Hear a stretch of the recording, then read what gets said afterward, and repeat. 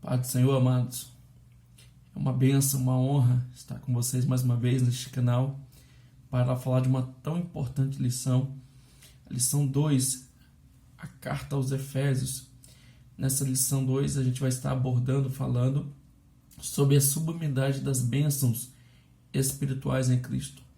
As bênçãos em Cristo, sem dúvida, são superiores a qualquer bênção material, a qualquer conquista material. Vivemos em um mundo materializado que busca o material constantemente. As pessoas estão em busca de Cristo para esta vida, mas nós, cristãos, servos de Deus, buscamos Cristo muito mais para a vida vindoura, muito mais as bênçãos vindouras do que as bênçãos para os tempos atuais. Vamos estudar esta tão importante lição. Convido você mais uma vez a pegar sua revista, sua Bíblia, seu caderno de anotação, para que possamos entender essa tão grande e importante lição. Até porque para estudarmos corretamente a Bíblia leva-se um tempo, né? As coisas exigem uma desenvoltura a mais.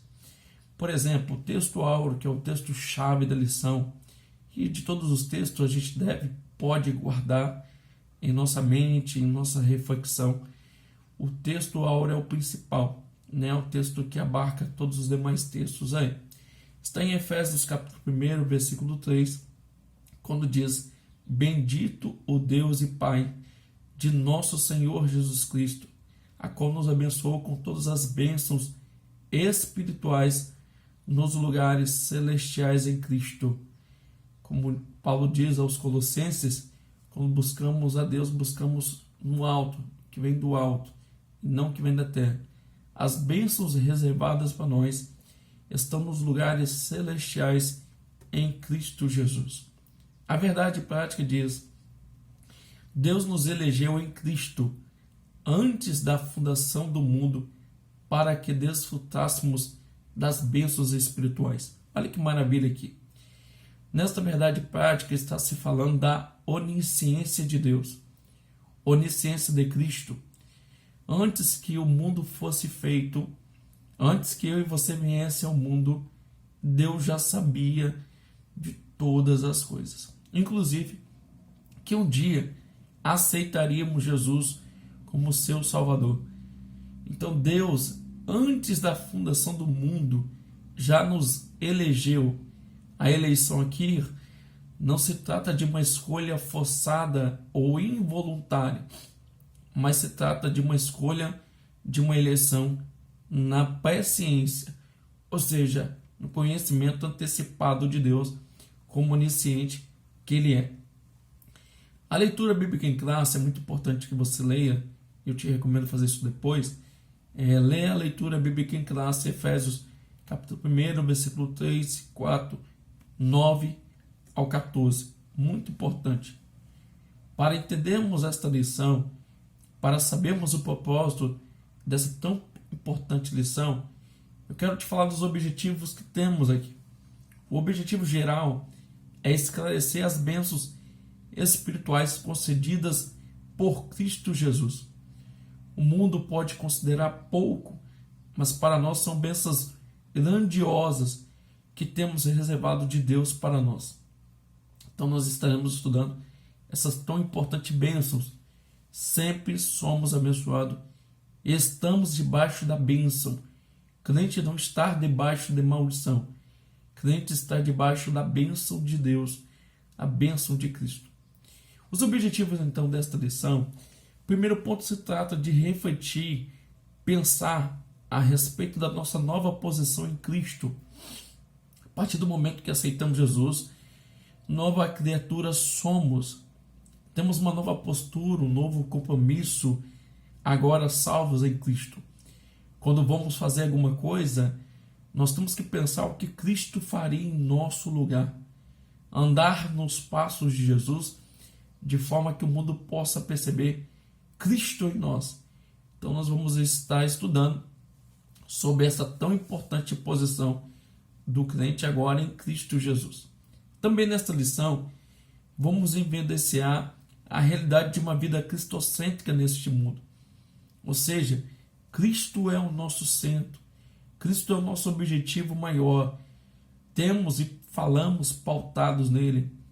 É estranho um mundo que, se dizendo cristão, não gosta muito de falar de Deus, falar de Jesus, falar da sua palavra, sendo que um crente fala daquilo que está com o coração cheio, ou seja, estando cheio de Deus, cheio de Cristo. Cristo vai ser o alvo maior dele. Na saudação, Cristo está presente. Na fala dele, Cristo está presente. Nos louvores, na pregação, no ensinamento. Ou seja, Cristo é o centro, é o objetivo central. Vamos evidenciar essa realidade daquele que está em Cristo. Terceiro tópico, terceiro ponto, estaremos falando que o Espírito Santo desempenha um importante papel no plano da salvação. Já resumidamente, eu já antecipo dizendo o seguinte: se Deus dissesse a salvação é gratuita para você e não nos ajudasse a conquistar essa tão importante salvação, ai de nós. Mas graças a Deus que de fato se manifestou uma graça, o favor imerecido, ou seja, a ação operante de Deus em nossa vida por meio do Espírito Santo. Ao mesmo tempo que ele nos dá gratuitamente, ele também opera essa tão grande salvação. Então, fica aí já os 3 tópicos que estaremos abordando. Nesta lição vamos abordar a grandeza, a excelência e a perfeição do projeto divino para conceder bênçãos espirituais aos seus escolhidos. Muitos equivocadamente dizem que Deus se frustrou, então ele foi remodelando o seu plano. Não, queridos. Todo o projeto de Deus está acontecendo e aconteceu até agora conforme a vontade de Deus. O que para o mundo parece uma derrota, para Deus era plano, projeto de Deus sendo executado para a salvação dos seus filhos. Então essas bênçãos que Deus já havia reservado em tempos anteriores, agora nesses tempos presentes, são revelados a nós e a outros que ainda hão de vir. Então, desde a eternidade, a prova é Deus executar um plano de restauração e reconciliação com a humanidade caída. Deus não foi pego de surpresa, Deus não foi enganado, frustrado, pelo contrário, ele já sabia de todas as coisas. Antes do mundo pecar, ele já sabia, também já havia preparado a salvação do mundo, de um mundo caído. Alguns poderiam dizer, se ele sabia de tudo isto, por que ele não impediu? Se ele impede, o homem não teria então livre-arbítrio. Se ele impede, o homem não poderia ter por ele um amor voluntário. Se ele impede, aonde estaria a tão grande misericórdia e bondade dele? Então ele permite, mas ao mesmo tempo ele dá o escape, ele dá a salvação, a redenção que o ser humano precisa.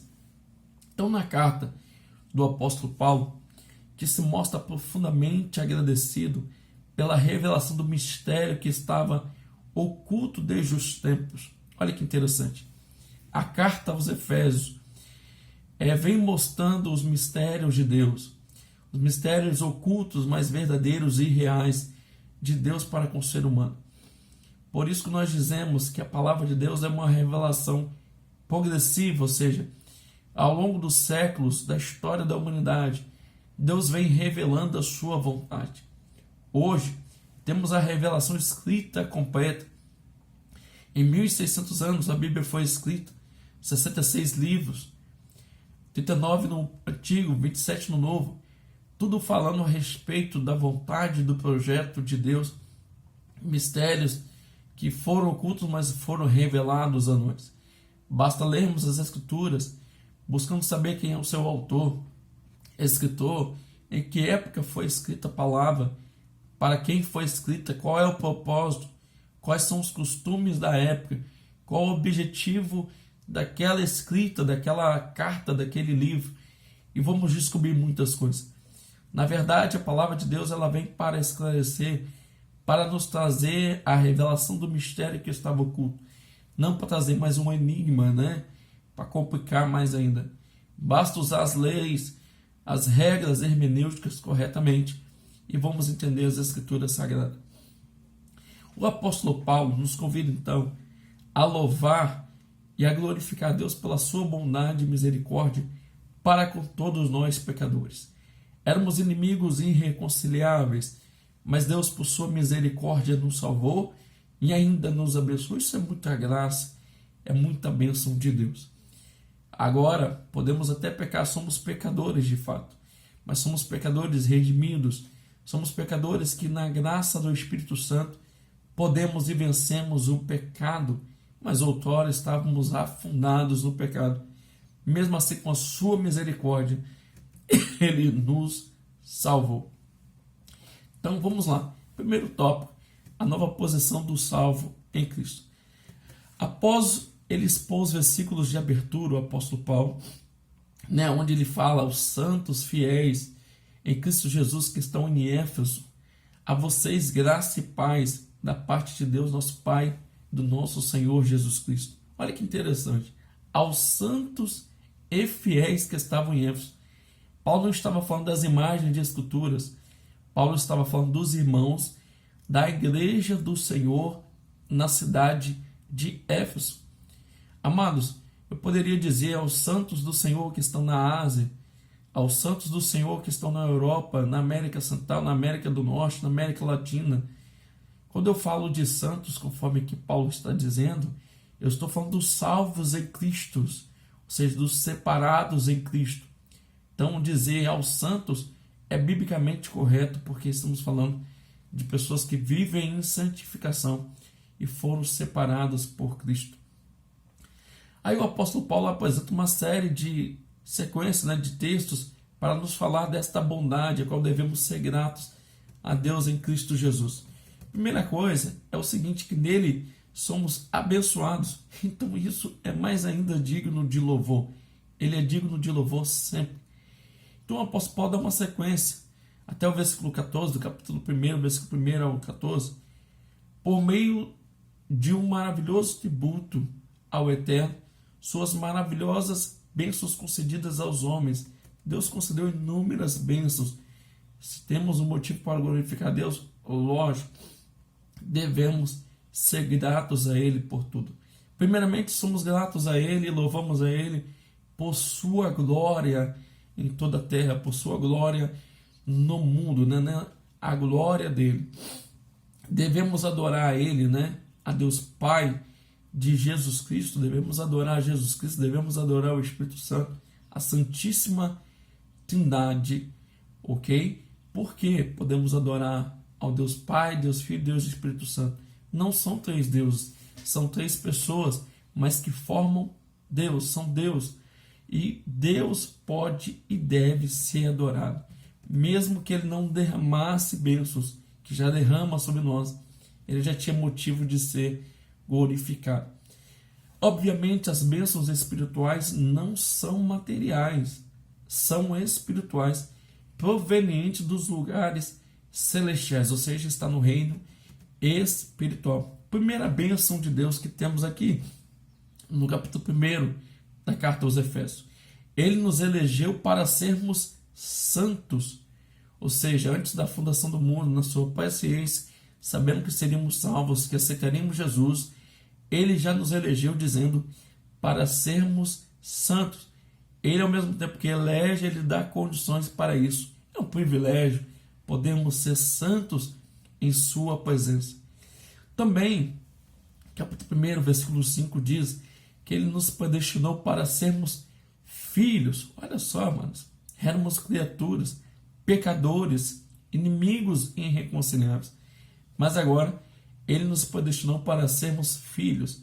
Filhos têm as bênçãos especiais, próprias de um filho, a herança que é destinada a filhos. E nós temos essas bênçãos. Também temos como bênção que Ele nos fez agradáveis para si. Ele nos deu condições de sermos agradáveis, sermos chegados a Ele. Tudo isso conforme o capítulo 1, versículo 7, que Ele nos remiu por meio do seu sangue. O sangue de Jesus não apenas nos libertou do pecado, da condenação eterna, mas nos aproximou dele, com isto trazendo sobre nós bênçãos espirituais.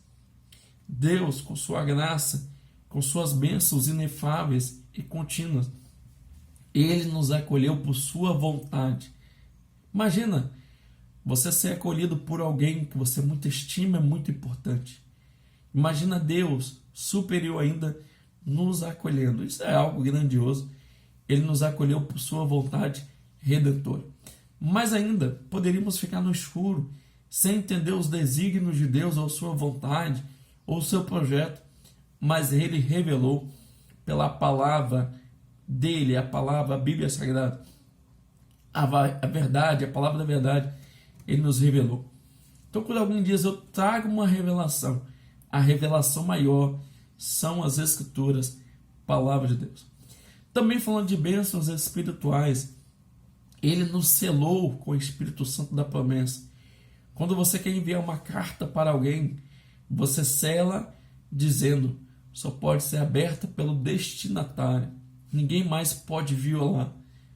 E aquele que transporta essa carta tem que ser fiel com isto. Preservar até que o conteúdo, a carta chegue ao destinatário. Porque ela está selada. Só o destinatário pode abrir. Da mesma forma, nós fomos selados pelo Espírito Santo. Então ninguém pode violar isso. Porque estamos guardados e preservados em Deus pelo Espírito Santo. E ainda por cima, ele garante a validade da promessa. Não há nada que vai frustrar os planos e a vontade de Deus, porque ele permanece fiel com sua palavra. Deus já havia planejado toda a redenção, até mesmo o fato que Jesus morreu lá no Calvário já estava previsto. Então Jesus não morreu no Calvário, lá na cruz, por um acaso. Ele deveria ter morrido de outra forma. Não, ele morreu da forma que foi planejado. E o Espírito Santo garante toda esta obra de Deus. Então essas bênçãos de Deus nos exclama, como diz Paulo, a clamar, a exaltar, bendito seja Deus. A nova condição, então, em Deus, em Jesus, em Cristo, significa que somos revestidos de bênçãos espirituais. Por meio do seu sangue, podemos entrar no Santo dos Santos. Por meio da sua obra vicária, ele entrou no Santo dos Santos uma vez por todos, para que não necessitasse mais de outro sacrifício. O sacrifício de Cristo é suficiente para estarmos nele. Com esta nova posição, agora nós podemos ter um relacionamento com ele mais espontâneo, sem peso na consciência, porque ele nos deu a convenção, ele nos deu a libertação da vida passada, para vivermos uma vida somente em Cristo, ou seja, uma vida diferente da vida passada. Vivíamos escravizados pelo pecado e agora não, nós temos liberdades em Cristo. Com estas bênçãos também vem responsabilidade. Não podemos mais andar em trevas. O que seria andar em trevas, amados? Andar nas obras do pecado, andar na mão do mundo, na vontade do mundo, naquilo que o mundo pratica. Nós temos que andar na contramão disto, temos que andar conforme a palavra. Só então andaremos como filhos da luz. Quando fizermos isso, lembre, o mundo vai se sentir acusado, o mundo vai te afrontar porque vai considerar que você se comporta diferente. As pessoas que vivem no pecado, escravizados pelo pecado, nas trevas, vão querer criticar, vão querer te puxar para baixo. Significa que isso aponta que você está no caminho certo, porque o caminho da luz, que os filhos da luz caminham, são diferentes que os caminhos que os filhos das trevas caminham. Mas eu quero só desfrutar das bênçãos de Deus. As bênçãos reservadas nos lugares celestiais são para aqueles que andam na contramão do mundo. Não dá para só ir lá buscar bênçãos de Deus e voltar, não. Temos que andar fielmente dia após dia para que possamos desfrutar dessas bênçãos advindas da nossa redenção eterna. Agora que nós entendemos que temos um novo compromisso, porque temos uma nova posição nele, precisamos ter uma vida cristocêntrica, porque ele já nos revelou a sua vontade e conhecemos. Quando diz o texto em Efésios, capítulo 1, versículo 9, descobrindo o mistério da sua vontade, é o seguinte: isso sinaliza a revelação da verdade, que estava oculta, não está mais oculta aos santos de Deus. Porque Jesus, ele rompe com a barreira, rompe com aquilo que estava oculto e nos traz à luz a revelação da vontade de Deus, nos traz à luz os mistérios ocultos, nos traz à luz, né, o plano redentor e nos traz à luz a nossa tão grande vitória. Então, em sua vontade divina, que o seu beneplácito, né, de acordo com a sua tão grande misericórdia, ele nos colocou para também exercer misericórdia. Nós não temos o direito de agir com o ser humano sem misericórdia. Pelo contrário, com misericórdia. Estevão entendeu tão bem isso, que quando ele estava sendo apedrejado, ele pediu: Pai, perdoa, porque eles não sabem o que fazem. Quando nós somos agredidos, somos feridos, quando o mundo está no caminho da perdição, nós clamamos pela misericórdia de Deus e não trazemos a condenação ainda mais para o mundo perdido. Então Paulo vai dizer o seguinte, que o plano divino é revelado na plenitude dos tempos, ou seja, no tempo certo, tudo estava preparado conforme a vontade de Deus para a revelação dos tão grandes mistérios da salvação, tudo que Deus fez, tudo que Deus criou. Então, na plenitude dos tempos, isso vem sendo revelado. Isto inclui tudo que foi criado por Cristo, para Cristo, e o que subsiste em Cristo. Imagina isso. Abrir mão de Jesus é abrir mão do Criador, abrir mão do Salvador. Não podemos, em momento algum, abrir. Jesus não é apenas Salvador, ele é soberano, ele é Rei, ele é Senhor em nossa vida. Vale lembrar que no primeiro Adão, a natureza do homem é corrompida, mas no segundo Adão, que é Cristo, a natureza é restaurada e será restaurada completamente em Cristo Jesus. Olha que interessante, nós fomos salvos do poder do pecado, estamos em processo de santificação e um dia seremos libertos também da natureza pecaminosa, do pecado original, o pecado adâmico, e seremos incorruptíveis, né, santos para todo sempre com o Senhor. Para que isto aconteça, nós temos, né, Jesus, que é a cabeça da igreja. Nós somos um corpo. Vale lembrar aqui, queridos, como corpo, cada membro tem a sua função. O pé não tem que fazer a função da mão e a mão não tem a função do pé a fazer. Cada um tem uma função dentro deste corpo. O líder maior e principal da igreja é Cristo, a cabeça da igreja. Então, na dispensação dos tempos, Cristo vem revelando este plano e agora dizendo que nós somos um corpo nele. Por isso devemos glorificar, exaltar sempre ele, adorar ele, não só com palavras, mas com ações. Quando fazemos com ações, também podemos levar outros a fazer o mesmo, a adorar ele. Tudo quanto temos, possuímos, vem de Deus. Logo, como descendência dele, podemos glorificar. Quando alguém diz assim, não, eu consegui com minha própria força, na verdade, ele conseguiu com as bênçãos que vêm de Deus, com a sorte que vem de Deus. Se Deus não outorgar a bênção, não conceder, como poderemos ser vitoriosos? Terceiro tópico, o Espírito Santo é o penhor da nossa herança, ou seja, a garantia, né, o selo que está sobre nós, em nós, nos garante que somos guardados e vamos ser guardados até aquele grande dia. Olha só, o selo em tempos bíblicos era usado como sinal de posse e propriedade pessoal.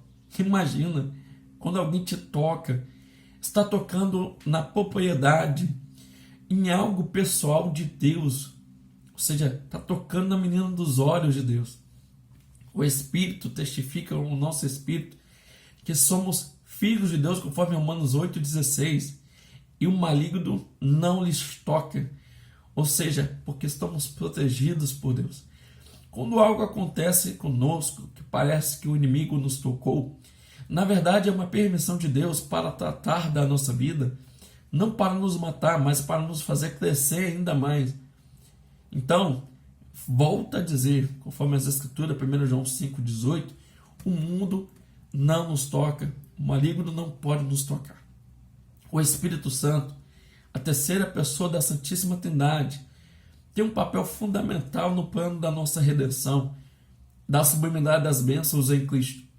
Ele trabalha na regeneração do pecador, porque somos uma nova criatura, uma nova pessoa em Deus, em Cristo. E o Espírito Santo nos gera essa nova vida em nós. Ele regenera em nós. Também, ele nos ajuda com a purificação dos nossos pecados e com a purificação, a santificação. Dia após dia, o Espírito Santo nos alerta, não faz, é pecado.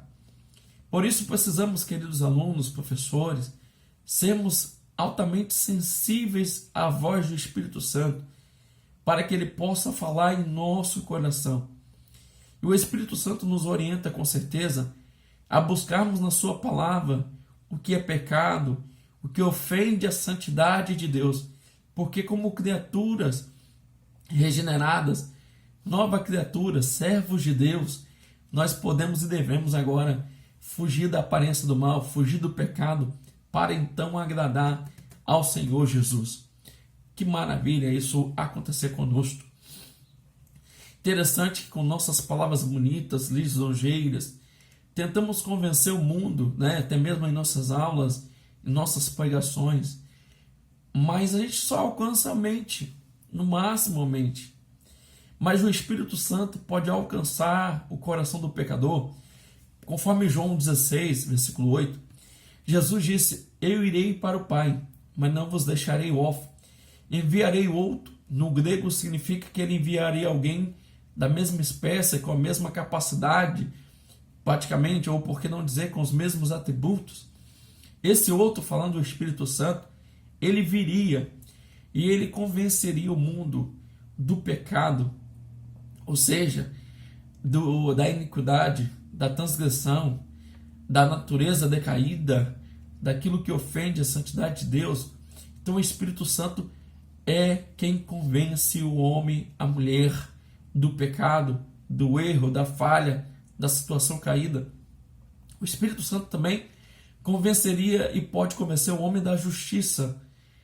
Interessante que Martinho Lutero, sem entender, se revoltou até um tempo com Deus, dizendo como que o homem poderia ser salvo. Mas quando ele leu a carta aos Romanos com o coração aberto, o Espírito Santo revelou ao coração dele que o homem é salvo não é pelas obras pessoais, mas pela fé nele, ou seja, a justiça de Deus não se baseia em nossos méritos, em nossas obras.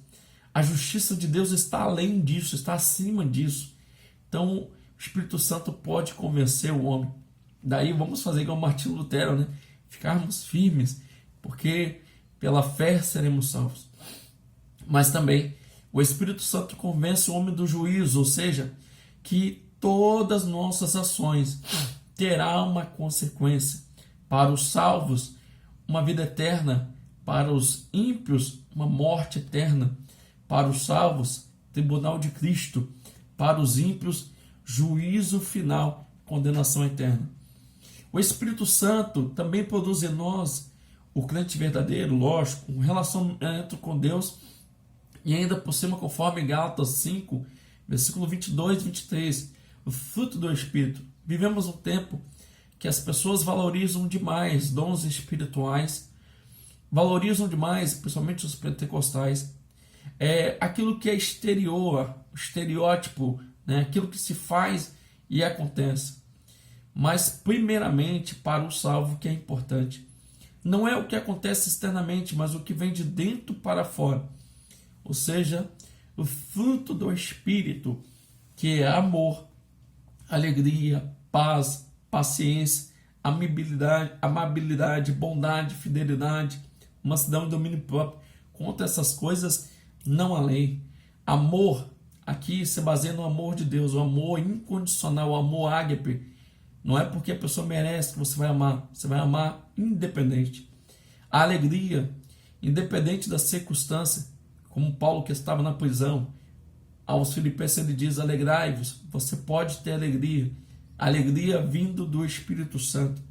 Paz aqui é uma tranquilidade em meio à guerra, mesmo quando tudo está turbulento, você fica tranquilo, ou seja, você fica em paz, porque a paz vem do Espírito Santo. Paciência, quando tudo diz não tenha paciência, o Espírito Santo te dá paciência para suportar, aguentar. Bondade é quando você expressa uma generosidade acima daquilo que muita gente esperaria de você, mas o Espírito Santo gera isso em você. Fidelidade, que falta muito em nossos dias, você se torna uma pessoa fiel, assim como Deus ele é fiel a nós, mesmo que sejamos fiéis a Ele, a gente permanece leal, honesto, fiel com os nossos compromissos e com o próximo. Mansidão, capacidade de suportar inúmeras as coisas e ainda ter a tranquilidade para agir conforme a palavra de Deus. Domínio próprio, que falta muito em nossos tempos. Alguns contam até 10, para ver se aguenta, se suportam aquele tempo. O Espírito Santo pode nos ajudar a ter este domínio próprio, não agir impossivelmente, não agir de uma forma impensada, mas agir com cautela. Então, o Espírito Santo é a nossa garantia de sermos um dia resgatados, para o louvor da sua glória. O termo penhor, em Efésios capítulo 1, versículo 14, é um termo grego que pode ser traduzido como depósito, penhor, garantia ou ainda primeira parcela. A palavra tem origem semítica, era usada em transações comerciais para assegurar o preço ou garantir o pagamento de algo. Paulo ensina então que o Espírito Santo é o depósito que garante a nossa herança em Cristo. Logo, podemos estar tranquilos, em paz, sabendo que a nossa salvação está garantida, o nosso futuro está garantido no Senhor. Isso não quer dizer que o crente está salvo para sempre, independente da sua conduta.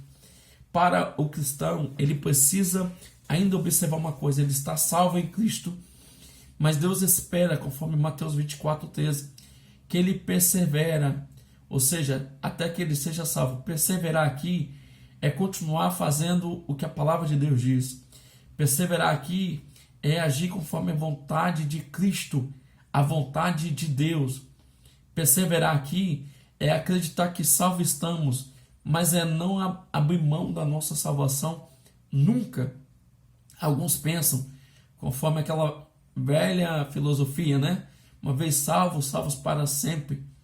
Para nós, crentes ortodoxos, na teologia ortodoxa, acreditamos que estamos salvos, mas precisamos perseverar até que sejamos arrebatados, até que sejamos transformados em Cristo. Isso seria dizer perseverar até ser salvos. Então, nesta porção da carta aos Efésios, encontramos o plano divino que é revelado, a reconciliação do ser humano com Deus por meio de Cristo e na restauração de todas as coisas visíveis e invisíveis. Com as bênçãos de Deus podemos perseverar. A despeito se vamos ter bênçãos materiais ou não, podemos e devemos estar firmes, porque primeiramente buscamos as bênçãos espirituais. Nunca um crente pode dizer eu não sou abençoado, pelo contrário, deve constantemente dizer eu sou abençoado, porque temos bênçãos celestiais em Cristo Jesus. Temos bênçãos garantidas por meio de Deus, por meio do Espírito Santo.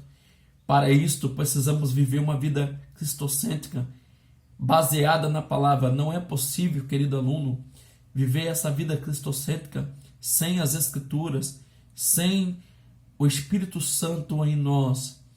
Estude a Bíblia Sagrada, leia a Bíblia e pense como Jesus faria. Irmão, eu também quero as bênçãos. Fique tranquilo. As bênçãos são consequências para os salvos, são decorrentes da nossa conduta. Então permaneça firme em Deus, permaneça firme em sua palavra. Dá um like aqui no canal, deixe aqui a sua pergunta, sua sugestão, será muito bem-vinda para as próximas lições. Que Deus te abençoe, bons estudos, boa escola dominical. Deus te abençoe. Até mais.